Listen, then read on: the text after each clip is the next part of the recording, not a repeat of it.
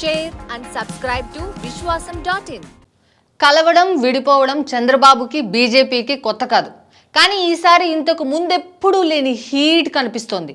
ఎందుకని? ఎప్పుడు పొత్తు అయినా చంద్రబాబు తరపున హ్యాండిల్ చేసేందుకు ఢిల్లీలో కీలకంగా ఉన్న ఒక నాయకుడు ఇప్పుడు లేడు. ఇదే కారణమా? బీజేపీతో చంద్రబాబు సంసారం ఈసారి ఎలా ఉండబోతోంది?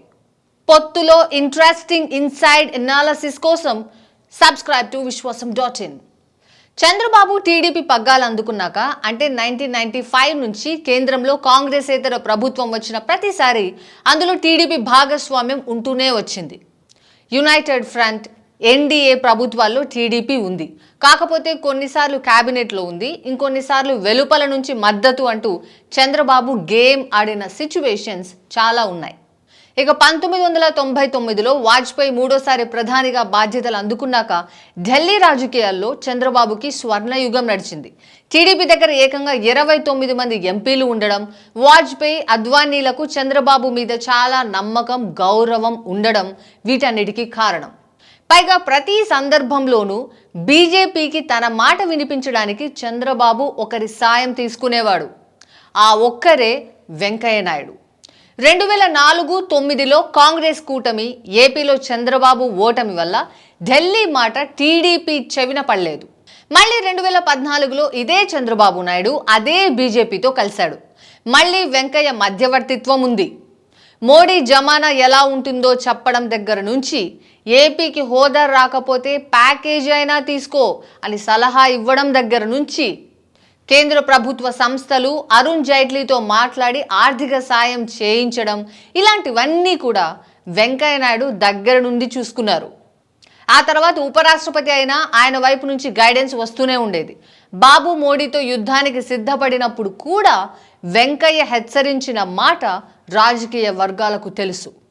ఇప్పుడు మరో 5 ఏళ్లు గడిచాయి. యుద్ధం ముగిసి మళ్ళీ పొత్తు వచ్చేసింది. వెంకయ్య ప్రమేయం లేకుండా బీజేపీతో చంద్రబాబు పొత్తు పెట్టుకోవడం బహుశా ఇదే తొలిసారి. ఇంతకు ముందంటే వెంకయ్య మధ్యవర్తిత్వం ఉండేది. పైగా సొంత మనుషులు అనుకునే కొంతమంది బీజేపీలో చంద్రబాబుకి ఉండేవారు. ఇప్పుడు అలాంటి సౌకర్యం లేదనే అనిపిస్తోంది. పైగా ఏపీ కూడా కేంద్రం సాయం లేకుండా అడుగు వేసే పరిస్థితి లేదు.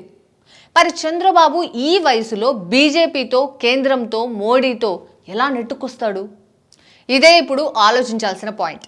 చంద్రబాబును ఆర్థికంగా నియంత్రిస్తూ బీజేపీ గనక కొత్త గేమ్ ప్లాన్ రెడీ చేస్తే ఏపీలో టీడీపీకి ఇబ్బంది తప్పకపోవచ్చు. బీహార్లో జేడీయూ పరిస్థితి వేరే.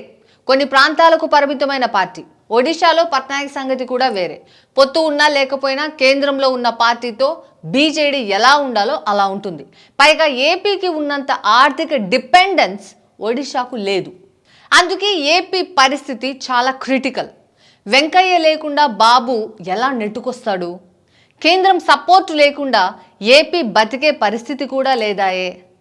మరి చంద్రబాబు ఈ కత్తి మీద సాము ఎలా చేస్తాడో చూడాలి. మీకేమనిపిస్తుంది? మీ అభిప్రాయాన్ని కామెంట్స్లో చెప్పడం మాత్రం మర్చిపోకండి. Like, share and subscribe to Vishwasam.in.